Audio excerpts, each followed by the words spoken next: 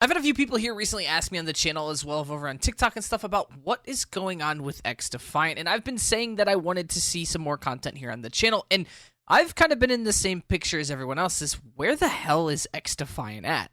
So XDefiant's had multiple betas, and I can personally myself say I've played in playtests from the beginning of this game getting announced in the NDA phase all the way up till the most recent open beta, and there is some excitement there for the game. I did enjoy it a lot. There have been some rough patches that they have hit, which is expected with a new IP, and the Tom Clancy's universe is a cool way to expand on these games, but the one thing that keeps me on edge is that this game kept marketing itself as a Call of Duty killer, and at the time, there was no announcement of Modern Warfare 3 and all the new things that we're going to be getting when it comes to the newest Call of Duty coming back to its roots in a sense, but at the time, Modern Warfare 2 was out, and XDefiant looked like a promising future for the first-person genre, and they kept marketing around this idea of this no-skill-based matchmaking, fun, arcade-style throwback shooter, and everyone was excited up till that last beta. When that beta ended, we were all like, we cannot wait for this game to launch.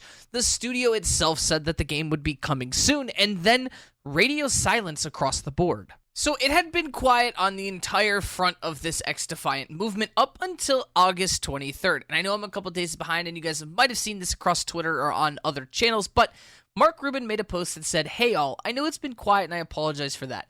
We're in a phase where we're submitting XDefiant for release and squashing any last-minute bugs. And on a new IP, not sequel to a sequel, which is throwing shade at his former employer of Call of Duty, we are taking the time to get those steps right. I love how excited everyone is about the game. We've reached many more people than we ever expected already, and I share your frustration on just wanting to be able to play. But unlike what my mom thinks, making a game isn't all fun and games. And not every part of the process is as fun as others, but there is a light at the end of the tunnel. The team is hard at work, and we are making progress every day to get the game in your hands as soon as it's ready.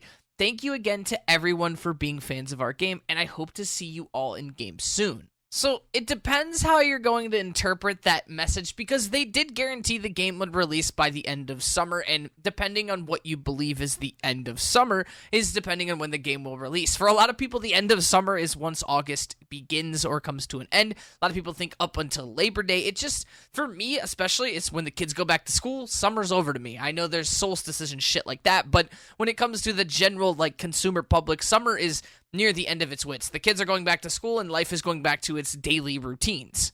But there is one thing that kind of scares me about this message.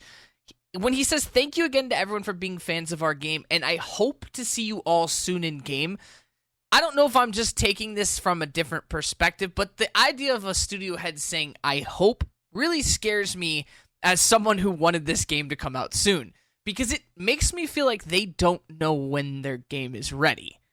Now, I don't know anything about game development, and I can't imagine how hard it is to get a game from the beta phases all the way up to full releases across multiple platforms, across cross-platform and all that. But when it comes to a person who makes content on games and enjoys video games, hearing hope is something that is not always good in the video game community. Hope is something that we don't look for. We look for set-in-stone details for a video game, and as someone who enjoyed XDefiant a lot, I just wish that we knew more about the game, and even if they were in these phases of getting stuff done for the game to be prepped and ready to go, I wish they would have just marketed the game a little bit more, gave us new updates and stuff like that. We got everything at the end of that beta. We got bombarded with an amount of content and information when it came to what would be coming over the next 2 years cycle of XDefiant, and then it was just full radio silence from there on out.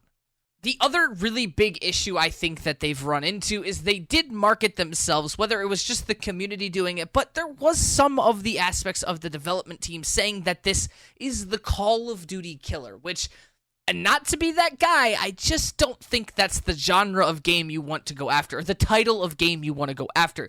Call of Duty is one of the, if not biggest, first-person shooter names in the world. It is up there in the likings when you think of Call of Duty, Halo, and Battlefield. Those are the first three that always come to my mind of first-person arcade-style shooters.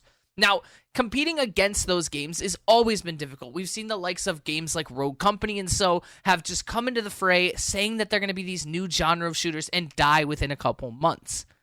And now with all the hype surrounding this Modern Warfare 3 hype train that has recently been announced through that Warzone reveal event and everything that they've promised of the nostalgic maps and the OG game styles and all that coming back to Modern Warfare 3, XDefiant is in a position where they have a very limited window to launch.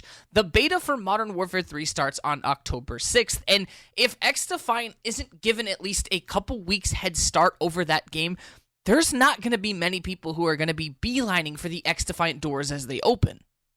Now, myself included are one of those people who have been excited for XDefiant, but I have to admit the hype has died down a little bit, especially with the Call of Duty knowledge coming in, and I'm one of those people who has primarily made my content on Call of Duty. I have wanted to put XDefiant on this channel. I think that it is a good game to put on this channel as it sits in the same style of genre, but at this rate, XDefiant is shooting themselves in the foot with the lack of marketing and the lack of transparency with the community.